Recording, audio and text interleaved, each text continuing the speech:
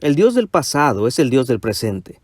Reflexionar en las grandes obras de Dios del pasado, ya sean en los tiempos bíblicos o en la historia de la Iglesia, debería aumentar nuestros deseos y oraciones a Dios para que haga grandes cosas en nuestro día.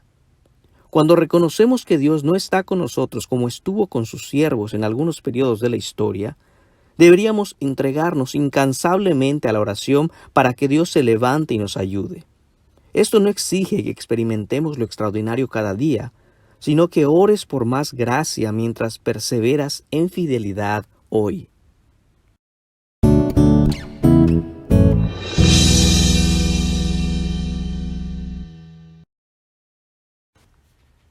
Así como el Salmo 42 del que ya hemos hablado antes, este salmo tiene por título Al músico principal, masquil de los hijos de Coré. Habla de la nación de Israel en una temporada de gran derrota, clamando hacia Dios por salvación. Algunos lo han tenido como un salmo del periodo del exilio o aún después, en los días de los macabeos. Pero hay una razón suficiente para mantener este salmo en los días de la monarquía de Israel. Empecemos su análisis. Empieza el versículo 1 de la siguiente manera.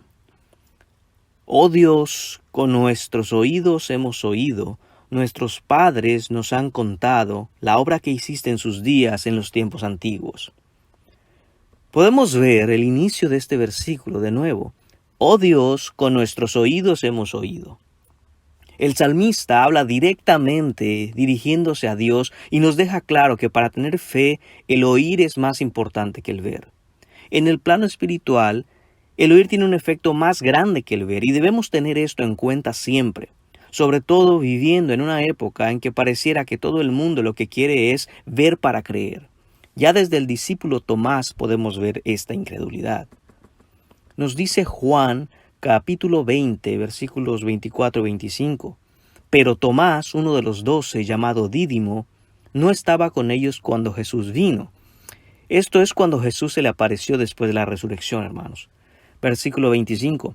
Le dijeron pues los otros discípulos, al Señor hemos visto. Él les dijo, si no viere en sus manos la señal de los clavos, y metiere mi dedo en el lugar de los clavos, y metiere mi mano en su costado, no creeré. Del mismo modo, muchos de los que tienen etiqueta de cristiano el día de hoy solo promueven una falsa fe basada en la experiencia y no en la Escritura. La búsqueda de señales, prodigios y milagros parece ser la obsesión de muchos y la única garantía de fe que desean. Pero eso no es lo que enseña la Biblia. No debemos olvidar que la palabra de Dios nos manda a hacer justo lo contrario. Jesús le dijo a Tomás después de que se le apareciera, porque me has visto, Tomás, creíste. Bienaventurados los que no ven y creen. Recordemos también que en 2 Corintios capítulo 5 versículo 7 nos dice, porque por fe andamos, no por vista. Y aún Romanos capítulo 10 versículo 17 dice, así que la fe es por el oír y el oír por la palabra de Dios. Oír la palabra de Dios, hermanos, es lo que nos fortalecerá en fe, no lo que vemos, no nuestra experiencia. Nunca la experiencia humana es autoridad sobre la Escritura. Esto quiere decir que si experimentamos alguna cosa, alguna experiencia humana contraria a la Escritura, lo que llamamos antibíblico, o fuera de ella, que va más allá de lo que enseña la Escritura, esto quiere decir que es extrabíblico, debemos rechazarla. La Biblia es la norma, la regla, la única autoridad en todo asunto de fe y práctica. Del mismo modo, hay que aprovechar toda oportunidad posible para proclamar el Evangelio del Señor Jesucristo a otros, de viva voz. Estamos llamados a llevar el Evangelio al mundo y lo haremos hablando su verdad para que otros la escuchen. Continúa el versículo 1 y dice, nuestros padres nos han contado la obra que hiciste en sus días en los tiempos antiguos. El salmista recibió un especial legado de parte de sus padres, de su generación pasada. Esos padres fueron cuidadosos y se preocuparon por hacer que sus hijos supieran lo que Dios había hecho con ellos en las generaciones pasadas. Nosotros debemos hacer lo mismo. Los hijos deben conocer las maravillas de Dios primeramente de la boca de sus padres.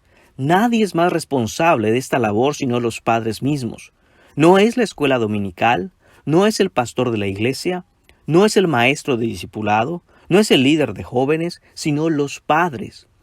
Es fácil saber si se abre la Biblia en casa. Solo hay que hablar con los niños que ahí viven. Es sorprendente que en muchas familias que se dicen cristianas ya de años, haya niños y jóvenes desconocedores de la palabra de Dios y por tanto desconocedores del Dios mismo. Esto, hermanos, no debe ser. Cuando los padres tienen la lengua encadenada para enseñar la Biblia a sus hijos, no es de extrañarnos que los corazones de esos hijos queden encadenados al pecado. Y ya siendo jóvenes, se hace profundamente difícil moldear sus corazones rebeldes y endurecidos. Nuestras conversaciones en casa deben estar llenas de la palabra de Dios siempre. Noten que el versículo dice, la obra que hiciste, no las obras. ¿Por qué solo la obra en singular cuando hay tantas innumerables cosas maravillosas hechas por Dios? Porque todas estas cosas en las que Dios nos ha ayudado son solo ejemplos de la gran obra que procede de la mano del Señor. Todas estas cosas son simple y sencillamente una sombra que nos muestran cómo Satanás es vencido, la muerte destruida y el reino de los cielos abierto a todos los que creen en su nombre. Cada tribulación de la que el Señor nos saca y cada problema del que Dios nos libra debe señalar y apuntar a su divina obra de salvación. Comparta con otros, hermano, y dé testimonio del poder liberador de Dios en su vida. Cuente a otros cómo Dios lo libró de algún problema. Pero no olvide que esto es solo el ejemplo del gran problema del que Dios le liberó. Y hable también de la salvación eterna que encontró en Cristo. Dice el versículo 2. Tú con tu mano echaste las naciones y los plantaste a ellos. Los antepasados del salmista le contaron de la gran obra que Dios hizo cuando Él echó a los cananeos y plantó a Israel en la tierra prometida. Por eso dice, tú con tu mano, reconociendo que el Señor fue quien hizo la obra y no ellos, no sus fuerzas ni sus armas, sino solo Dios. Cuando leemos, y los plantaste, es una imagen que se usa para dar a entender que Dios, como si fuera un jardinero, plantó este árbol en su tierra. Quizá una mejor traducción sería trasplantó este árbol. No es un árbol que creció en esa tierra, sino que fue llevado ahí y replantado. Es el mismo lenguaje usado en Salmo capítulo 1, versículo 3, donde dice, será como árbol plantado junto a corrientes de aguas. El hecho de haber sido plantado por las corrientes de aguas quiere decir que no comenzamos por las corrientes de aguas. Comenzamos en algún otro lugar, pero fuimos trasplantados, fuimos movidos del punto A al punto B. Comenzamos muy lejos de las corrientes de agua. Comenzamos en el desierto, en la arena, en la tierra seca del pecado, en la soledad y vacío de este mundo, donde espiritualmente nada es capaz de crecer. Éramos un arbusto muerto, seco, estéril, marchito, sin vida, sin crecimiento, sin fruto, sin producir nada de nada. Pero alguien nos tomó desde sus raíces y nos trasplantó cerca de las corrientes de agua. Y ahora nuestras raíces beben de estas corrientes de agua. Y estas corrientes son la gracia de Dios. Ahora debemos ser claros en esto. Los arbustos muertos y secos no se trasplantan a sí mismos. Alguien tiene que sacarlos desde la raíz y replantarlos. Y la implicación aquí es la invisible pero poderosa mano de Dios que da vida, y que por misericordia y gracia, por su propia iniciativa, por su amorosa voluntad, por un acto milagroso, por el poder del nuevo nacimiento, nos ha trasplantado de la tierra en donde estábamos y nos ha puesto a cada uno de los que somos cristianos, los redimidos del Señor, en su tierra. Porque cuando nacimos en este mundo, lo hicimos en medio del desierto. Nacimos en la sequía de este siglo malo, en el sistema del mundo que marchita y mata. Pero, al igual que plantó a Israel en este Salmo 44, así nos ha plantado el Señor en su tierra prometida. Y esa tierra prometida es Cristo, hermanos. Dice la segunda parte del versículo 2. Afligiste a los pueblos y los arrojaste. Esto, hermanos, es lo único que queda a aquellos que son no creyentes, que no son del pueblo de Dios. Todo aquel que no está contado entre su pueblo será afligido en el día final, será arrojado, no tienen parte en la promesa. Siguiendo con el ejemplo del árbol, Jesús dijo en Mateo capítulo 7, versículo 19, todo árbol que no da buen fruto es cortado y echado en el fuego. Bendito sea Dios por su misericordia, que hoy, en el tiempo de gracia, la solución a este problema está al alcance de todo aquel que cree. Porque el que cree no se pierde, no será afligido ni rechazado, sino que tiene vida eterna. Continúa el Salmo en el versículo 3 y dice: porque no se apoderaron de la tierra por su espada, ni su brazo los libró, sino tu diestra y tu brazo y la luz de tu rostro, porque te complaciste en ellos. Aquí se hace referencia en el poder y la gracia de Dios en contraste con la fuerza propia del ejército de Israel. La diestra y el brazo del Señor llevaron esto a cabo y no sus armas. Esta combinación de palabras de diestra y brazo se usa refiriéndose al poder de Dios que vemos en la liberación de Israel de la esclavitud de Egipto. Vemos que Salmos 27 nos habla de lo mismo. Dice así: estos confían en carros y aquellos en caballos, mas nosotros del nombre del Señor. Estos confían en carros y aquellos en caballos, mas nosotros del nombre del Señor nuestro Dios tendremos memoria. Esta idea nos apunta hacia la poderosa gracia del Señor en el Evangelio que nos liberó de la esclavitud del pecado. Fue su gracia, fue su poder y no fue nada que nosotros hayamos podido hacer. Este versículo se considera una imagen de la obra de la salvación. Los hombres no son salvos sin oración, sin arrepentimiento y sin fe, pero ninguna de estas cosas salva al hombre. La salvación es totalmente del Señor. Canaán no fue conquistada sin los ejércitos de Israel, pero es también cierto que no fue conquistada por ellos. El Señor fue el conquistador, y el pueblo no fue sino un instrumento en sus manos. El final de este versículo nos dice: porque te complaciste en ellos. ¿Cuánto nos recuerda esta línea a lo dicho por Jesús en Lucas capítulo 12, versículo 32? Cuando enseñando a sus discípulos los consoló en medio de los afanes y las preocupaciones de esta vida que causan ansiedad. Jesús habló diciendo en el versículo 32, no temáis, manada pequeña, porque a vuestro Padre le ha placido daros el reino. Es el Señor y nadie más que el Señor en quien debemos confiar. En medio de cualquier dificultad, recordemos que el Padre es poderoso para darnos vida eterna y que Él se complace en salvar al pecador arrepentido que se entrega a Él. El versículo 4 nos dice: tú, oh Dios, eres mi Rey, manda salvación a Jacob. Notemos una cosa importante aquí.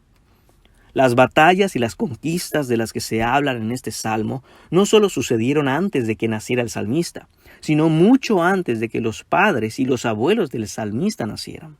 Es decir, ocurrieron varias generaciones atrás.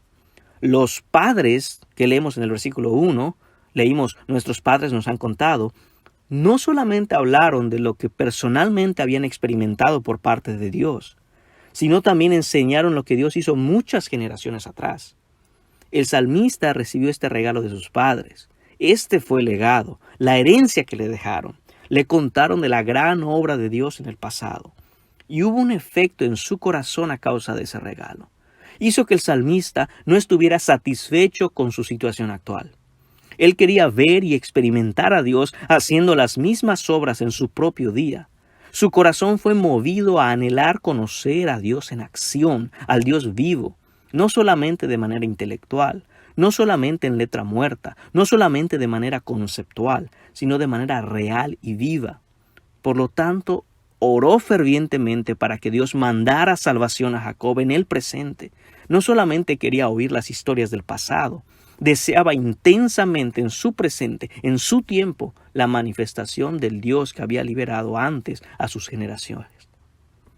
Para nosotros hoy, la equivalencia de esas memorias sería en el recordar nuestra herencia espiritual. Es importante que conozcamos la historia de nuestro pueblo, el pueblo de Dios, la iglesia de Cristo. La historia de la cristiandad no es solo una serie de eventos históricos, no es un tema de estudio para los alumnos de un seminario, sino que es el legado y testimonio que Dios ha dejado a su iglesia para que le conozcamos y anhelemos su presencia, su favor, su gracia y su salvación. ¿Cómo hablaremos a nuestros hijos de las maravillas que Dios ha hecho entre su pueblo si las desconocemos? ¿Cómo haremos anhelar a nuestras futuras generaciones el conocimiento y la salvación del Señor si no tenemos guardadas en nuestra memoria y ardientes en nuestro corazón las obras de amor y misericordia y las victorias que en su gracia Dios ha dado a su pueblo? Es necesario saber y anhelar, volver a ver a Dios actuar en la historia de su iglesia, tal como lo hizo con los mártires del primer siglo, o en la Reforma Protestante, o en el gran avivamiento de John Wesley, Jonathan Edwards, George Whitefield. No somos un grupo de cristianos apartados de ellos. Somos los hijos del mismo Dios. Somos los herederos de ese increíble testimonio. Somos la generación actual de una larga familia de hombres y mujeres usados por Dios para traer la verdad de la salvación a un mundo perdido. Siempre debemos orar a Dios que mande su salvación para nuestra generación. No os conforméis a este siglo, dijo Jesús. No nos conformemos a este siglo, hermanos. No nos amoldemos a este mundo. La razón por la cual vivimos sin ver a Dios obrando en nuestra generación es porque el mundo nos ha enseñado que no necesitamos ver a Dios obrar hoy, que tenemos una solución para todo. Y nos hemos creído esa mentira. Algunos dicen que Cristo es todo lo que necesitamos, pero la verdad es mucho más profunda que eso. Cristo es lo único que tenemos. Oremos como el salmista. Tú, oh Dios, eres el Rey. Manda tu salvación. Pasemos al versículo 5. Dice, por medio de ti sacudiremos a nuestros enemigos, en tu nombre hollaremos a nuestros adversarios.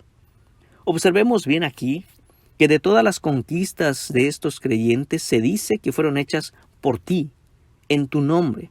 No olvidemos esto nunca, para que no creamos que podemos hacer lo que se nos venga en gana por nuestra propia cuenta y entonces fallemos terriblemente. Por otra parte, tampoco debemos caer en el pecado igualmente terrible de la falta de fe, porque el Señor puede poner al más débil de nosotros en triunfo aún ante las adversidades más fuertes. El punto aquí es que siempre la oración se debe hacer con fe, con confianza. El salmista anticipó la respuesta a sus oraciones como si ya fueran hechas, no como si se vanagloriara, sino como con la plena confianza de que Dios, haciendo lo que sea que Él quiera, terminará haciendo lo mejor para su pueblo. Recordemos aquí lo escrito en Romanos 8. Dice el versículo 28 de Romanos 8. Y sabemos que a los que aman a Dios, todas las cosas les ayudan a bien. Esto es, a los que conforme a su propósito son llamados. Muy a menudo se hace énfasis en la parte de este versículo que dice, todas las cosas ayudan a bien. Aún en el mundo, hay muchas personas que piensan así. Aquellos que no creen en Dios dicen como aquel escritor Paulo Coelho, cuando realmente se desea algo, el universo entero conspira para que lo consigas. Hermanos, difícilmente puedo pensar en algo más alejado de la verdad que esto. Qué equivocado está este hombre. No debemos pensar que todas las cosas ayudan a bien, es el énfasis de este versículo. No, lo importante de este versículo está en sabemos que. Es decir, tenemos la confianza, no somos ajenos a su voluntad revelada en la Biblia para su pueblo, para sus hijos. Los que hemos nacido de nuevo en Cristo sabemos esto, estamos seguros, como dijo Pablo, estoy totalmente convencido de esto, plenamente persuadido. Dice, sabemos que, otra parte que tenemos que hacer mucho énfasis en este versículo es a los que aman a Dios. A los que aman a Dios. Esto no es para todo el mundo, sino esto es para los que aman a Dios. Y también a los que conforme a su propósito son llamados. Su propósito. El propósito de Dios, el propósito suyo, el plan que Dios tiene, no el nuestro. Es una cosa muy increíble que el día de hoy aún los mismos cristianos piensan que absolutamente todas las cosas que Dios está haciendo en el mundo es para el bien del mundo, cuando esto no es así. Todo lo que Dios hace es única y exclusivamente para el bien de sus elegidos, de sus escogidos, de su pueblo, y más importante, para su propia gloria y para su propia honra. Es a estos, a su pueblo, a quienes aman a Dios, que no es otra cosa que a quienes le obedecen, porque Jesús dijo, si me amáis, guardad mis mandamientos, en Juan 14, versículo 15. Es a estos a quienes todas las cosas ayudan a bien. De aquí viene la confianza y fe en que Él lo ha prometido. Por eso Romanos 8 continúa en los siguientes versículos. Voy a leer del 29 al 39. Porque a los que antes conoció, también los predestinó para que fuesen hechos conformes a la imagen de su Hijo, para que Él sea el primogénito entre muchos hermanos. Y a los que predestinó, a estos también llamó. Y a los que llamó, a estos también justificó. Y a los que justificó, a estos también glorificó. ¿Qué pues diremos a esto? Si Dios es por nosotros, ¿quién contra nosotros? El que no escatimó ni a su propio Hijo, sino que lo entregó por todos nosotros, ¿cómo no nos dará también con Él todas las cosas? ¿Quién acusará a los escogidos de Dios? Dios es el que justifica. ¿Quién es el que condenará? Cristo es el que murió, más aún el que también resucitó, el que además está a la diestra de Dios, el que también intercede por nosotros. ¿Quién nos separará del amor de Cristo? ¿Tribulación, o angustia, o persecución, o hambre, o desnudez, o peligro, o espada? Como está escrito, por causa de ti somos muertos todo el tiempo, somos contados como ovejas de matadero. Antes, en todas estas cosas, somos más que vencedores por medio de aquel que nos amó. Por lo cual, estoy seguro, y aquí está la palabra que quería yo llegar, estoy seguro, dice Pablo. En este contexto es que el salmista ora con confianza al Señor. Es en este contexto en que él pone plenamente su fe en Dios, como Pablo mismo nos dice en Romanos, por lo cual estoy seguro de que ni la muerte, ni la vida, ni ángeles, ni principados, ni potestades, ni lo presente, ni lo porvenir, ni lo alto, ni lo profundo, ni ninguna otra cosa creada nos podrá separar del amor de Dios que es en Cristo Jesús, Señor nuestro. Así como el salmista, hermanos, confiemos y tengamos fe no en nosotros, no en lo que queremos, sino en lo que Él quiere. Porque lo que Él quiere es siempre mejor de lo que nosotros queremos. Y ese es el punto del versículo siguiente. El versículo 6 dice, porque no confiaré en mi arco, ni mi espada me salvará. El salmista reconoce y confiesa que su fe está en Dios y en su poder, y no en su propia habilidad o fortaleza. Mientras más confianza tenemos en nosotros mismos o en cualquier otro que no sea Dios, más evidencia tenemos de la hipocresía de nuestra fe en el Señor.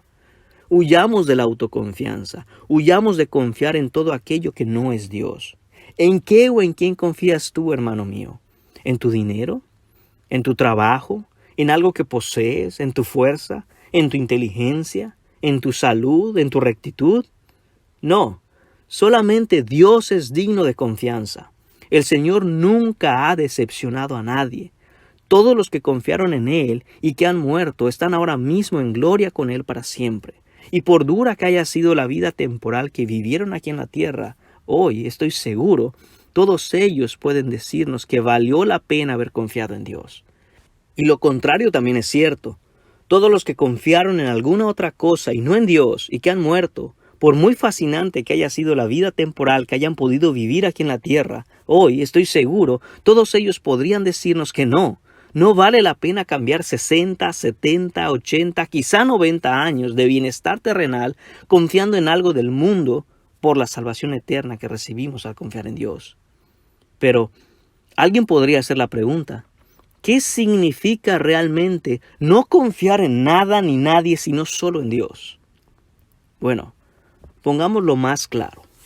Cuando leemos, porque no confiaré en mi arco, ni mi espada me salvará, quiere decir, deje de vivir para sí mismo y empiece a vivir para Dios, para su obra, para su reino, para alcanzar con el evangelio a quienes Dios ha puesto cerca de usted. Deje de vivir sin sentido, dele un sentido a su vida. Y debo corregir, no se trata de darle un sentido a su vida. Dele el sentido que Dios quiere a su vida. Arrepiéntase de vivir como ha vivido y viva para Dios. Ni su arco ni su espada lo salvarán. Ni sus esfuerzos, ni sus buenas obras, ni sus sacrificios, nada le salvará. Ninguna de estas cosas sirven de nada en la eternidad si Dios no está como el centro de las mismas. No se deje engañar por la mentira de este mundo que quiere hacerle creer que encontrará reposo, felicidad, paz y autorrealización fuera de Dios. Es todo lo contrario. Solo en Dios encontrará todo esto. Dios llama a esto salvación. Confíe en el Señor y hallará salvación. Niéguese a sí mismo, tome su cruz y siga a Jesús. Leemos en el versículo 7. Pues tú nos has guardado de nuestros enemigos y has avergonzado a los que nos aborrecían. Aquí el salmista habla con agradecimiento por las victorias pasadas. El salmista no habla como si Dios nunca hubiera hecho nada como esto antes en el pasado, sino que al contrario, reconoce, recuerda y habla de las cosas que Dios hizo en favor de su pueblo. De hecho, la palabra que conecta el versículo 6 y el 7 es la palabra pues. Pues tú nos has guardado de nuestros enemigos, dice la palabra. Este pues significa ya que, debido a, por tanto. Es decir, la razón por la cual el salmista tiene claro que no pondrá su confianza en nada ni nadie, sino en Dios, es porque él reconoce y sabe del cuidado y protección que el Señor ha dado a su pueblo en el pasado. Del mismo modo, es importante que hoy recordemos y hablemos de cómo Dios nos ha protegido, nos ha cuidado y nos ha sostenido en el pasado. Eso nos dará el ánimo para perseverar en fe hasta el final. ¿Quién podría decir con verdad que Dios le ha fallado? Absolutamente nadie. Dios nos ha sostenido hasta aquí y hasta hoy, y sostendrá a sus redimidos hasta el final. Dice Salmo 119, versículos del 7 al 10. ¿A dónde me iré de tu espíritu? ¿Y a dónde huiré de tu presencia? Si subiera a los cielos, allí estás tú. Y si en el Seol hiciere mi estrado, he aquí, ahí tú estás. Si tomare las alas del alba y habitar en el extremo del mar, aún ahí me guía tu mano y me asirá tu diestra. El Señor siempre tiene su diestra extendida, hermanos, en favor de quienes ha redimido. Aquellos por quienes Cristo murió en la cruz, nunca lo olvide. El versículo 8 dice, en Dios nos gloriaremos todo el tiempo, y para siempre alabaremos tu nombre. Selah. De nuevo, aquí el salmista enfatiza y contrasta el gloriarse en Dios en oposición a gloriarse en uno mismo. Debe entenderse aquí gloriarse como regocijarse, alegrarse, estar en júbilo. No por lo que uno logra, sino por lo que Dios hace en uno. El salmista dice, para siempre alabaremos tu nombre. Podemos suponer que esta alabanza era tanto por lo que Dios había hecho en el pasado distante y reciente y por la anticipación de lo que Dios hará en respuesta a la oración presente. Notemos que aunque Dios no había respondido a la oración del salmista aún, éste ya alababa a Dios por su respuesta. Esto nos recuerda mucho lo mismo que dice Pablo en Filipenses 4:6. Por nada estéis afanosos, sino sean conocidas vuestras peticiones delante de Dios en toda oración y ruego, y escuche bien, con acción de gracias. La misma idea es expresada aquí por Pablo. Así como el salmista, la instrucción y el ejemplo para nosotros es agradecer a Dios y alabarle en vez de preocuparnos. Orar con regocijo en que Dios nos escucha, alabarle y darle gracias a Él nos mantendrá fuertes en fe, a pesar de lo que nos sobrevenga. Tendremos la fuerza para ocuparnos de nuestras responsabilidades sin preocuparnos por nuestras debilidades. El agradecimiento y la alabanza a Dios antes de ver la respuesta a nuestras oraciones es una clara evidencia de la confianza y la fe. Fe no fingida, fe verdadera en Dios, que es poderoso para hacer lo que Él desea. Nuestra confianza debe ser como aquella de los jóvenes israelitas ante Nabucodonosor. En Daniel capítulo 3, versículos 15 a 18 está escrito, dice el versículo 15, ahora pues, ¿estáis dispuestos para que al oír el son de la bocina, de la flauta, del tamboril, del arpa, del salterio, de la zampoña y de todo instrumento de música, os postréis y adoréis la estatua que he hecho? Porque si no la adorareis, en la misma hora seréis echados en medio de un horno de fuego ardiendo. ¿Y qué Dios es aquel que os librará de mis manos? Aquí vemos lo que dice Nabucodonosor a estos jóvenes que no querían postrarse, que no querían arrodillarse a adorar una estatua. Versículo 16. Sadrach, Mesach y Abednego respondieron al rey Nabucodonosor diciendo, no es necesario que te respondamos sobre este asunto. He aquí nuestro Dios, a quien servimos, puede librarnos del horno del fuego ardiendo, y de tu mano, oh rey, nos librará. Y si no, sepas, oh rey, que no serviremos a tus dioses, ni tampoco adoraremos la estatua que has levantado. Esto es increíble, hermanos. Así nosotros debemos de estar firmes en nuestra fe. Así nosotros debemos agradecer a Dios por quien Él es.